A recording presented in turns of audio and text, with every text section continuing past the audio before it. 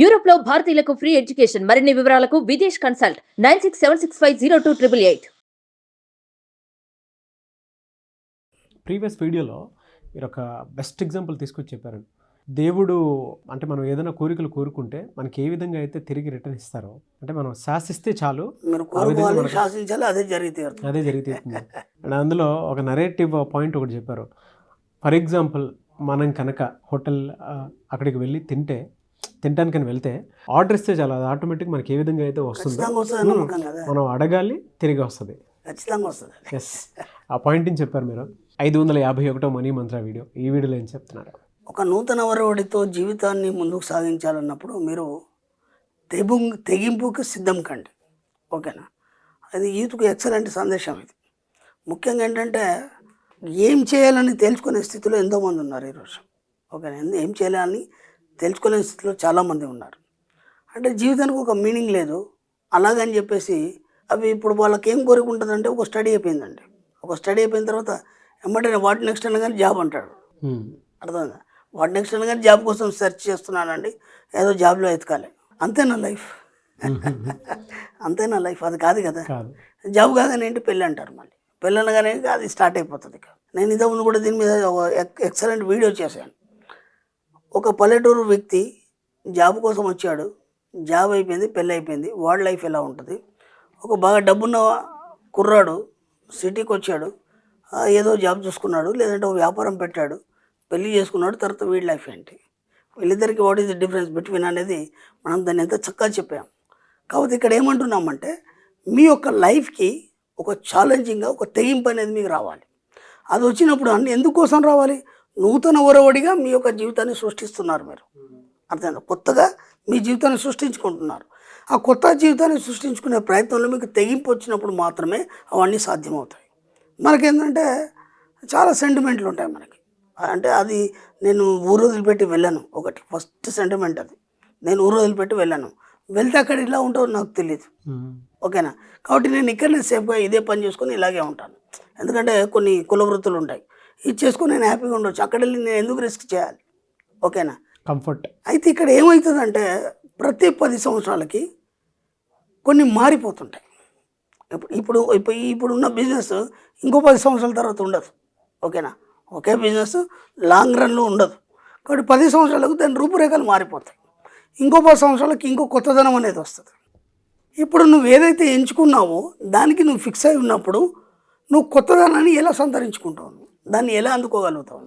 అందుకోలేని పరిస్థితి కదా. కాబట్టి నువ్వేం చేయాలంటే ఆ మారే దిశగా ముందుగానే నువ్వు సిద్ధంగా ఉండాలి. ఎప్పుడైతే నువ్వు సిద్ధంగా ఉంటావో అప్పుడు ఆ కొత్తదాన్ని నువ్వు ఆకలింపు చేసుకోగలవు అనేది జరుగుతుంది జీవితంలో. కాబట్టి ముందు తెగింపు అనేది ఉండాలంటే నేను ఏదైనా చేయగలను. మన సబ్జెక్ట్లో 3 వాక్యాలు ఉన్నాయి. నేను ఏదైనా చేయగలను, నేను ఎంతైనా సంపాదించగలను, నేను ఎంతైనా ఖర్చు పెట్టగలను. ఈ మూడింటికి నువ్వు భద్రుడై ఉండాలి.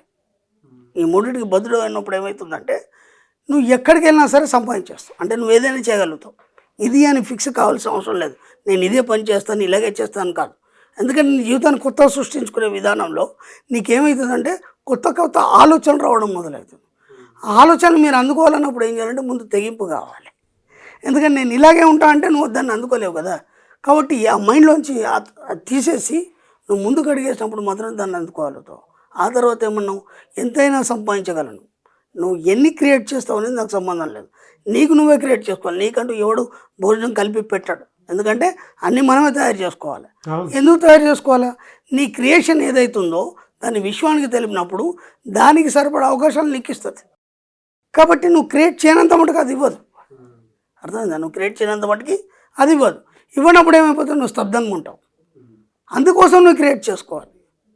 మూడోది ఏంటంటే నేను ఎంతైనా ఖర్చు పెట్టగలను. ఎక్కడైతే నువ్వు క్రియేట్ చేసుకున్నావో అక్కడ వచ్చిన సంపాదన నువ్వు ఎంతైనా ఖర్చు పెట్టగలగాలి. సమాజానికి ఖర్చు పెట్టాలి, నీ కోసం ఖర్చు పెట్టాలి, నీ యొక్క ఎంప్లాయ్మెంట్కి ఖర్చు పెట్టాలి. వీళ్ళందరికీ నువ్వు సేవ రూపంలో ఖర్చు పెట్టినప్పుడు ఏమవుతుందంటే అంతకు రెట్టింపు విశ్వం ఇవ్వడం అనేది జరుగుతుంది. ఇక్కడ విచిత్రం ఏంటంటే నువ్వు ఎప్పుడైతే you take rest you rest. అర్థమైందా? ఎప్పుడైతే నువ్వు రెస్ట్ తీసుకుంటావో అప్పుడు నువ్వు చిలుము పట్టిపోతావు. ఒక మేక ఉందండి, ఊరికట్ట పడేసాం మనం. అదేమైతుంది? కొద్దిగా వర్షం పడింది, గాలి తగిలింటే దానికి తుప్పు వచ్చేస్తుంది. అదే ఒక గోడకేసాం మనం, ఓ షర్ట్ వేస్తున్నాం తీస్తున్నాం, 10 సంవత్సరాలైనా తుప్పు రాదు అది. కాబట్టి మీరు ఎప్పుడైతే రెస్ట్ తీసుకుంటారో, రెస్ట్ అంటే మీరు బాడీ పరంగా కాదు, ఇది బాగా గుర్తుంచుకోండి. బాడీ పరంగా కాదు, మైండ్ పరంగా. మనకి వారన్ బఫెట్ ఏమన్నాడంటే నిద్రలో కూడా సంపాదిస్తాను నేను అన్నాడు, లేదా నిద్రలో కూడా మీరు సంపాదించండి అన్నాడు.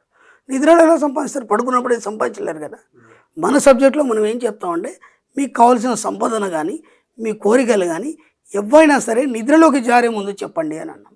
ఎప్పుడేమవుతుంది, ఆ నిద్రలోకి జారేటప్పుడు ఏమవుతుందంటే మీ సబ్కాన్షియస్ మైండ్ వాటినే పట్టుకొని వాటికి ప్లాన్ తయారు చేస్తుంది. మీకు డబ్బు సంపద రావడానికి దానికి తగ్గ ప్లాన్ తయారు చేసి తెల్లారి మీరు లేవగానే ఆ ప్లాన్ అనేది మీకు ఇస్తుంది. లేదంటే ఒక వారం రోజులకు ఇస్తుంది, లేదా ఒక నెల రోజులకు ఇస్తుంది.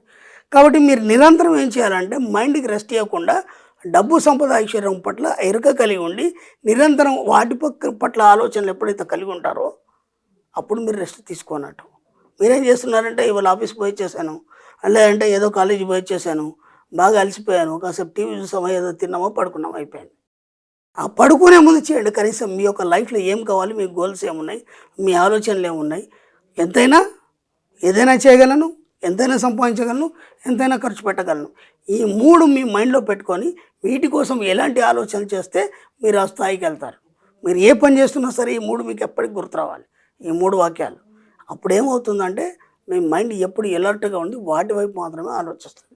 అప్పుడు మీరేం చేయాల్సిన లేదు. ఇంతకుముందు చెప్పుకున్నాం కదా, వ్యక్తి ఆలోచిస్తాడు, శాసిస్తాడు, దాని పొందగలుగుతాడు.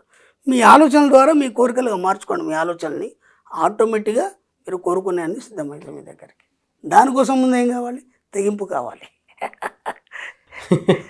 మరి ఇందాక చెప్పినట్టు ఉంటుంది అంటే ఒక ఆలోచన అనేది ఆ సీడ్ వేయాలి సార్. మనం పడుకునేటప్పుడు కానివ్వండి, ఎర్లీ మార్నింగ్ అయినా సరే కానివ్వండి, డబ్బు వైపు వెళ్ళాల్సినటువంటి ఆలోచనని ఖచ్చితంగా మనం వేయాలి. అప్పుడే తెలియకుండా ఆలోచన అంతా యాక్షన్ ప్లాన్లోకి సమకూర్చేస్తూ పెడుతూ ఉంటుంది మనకి.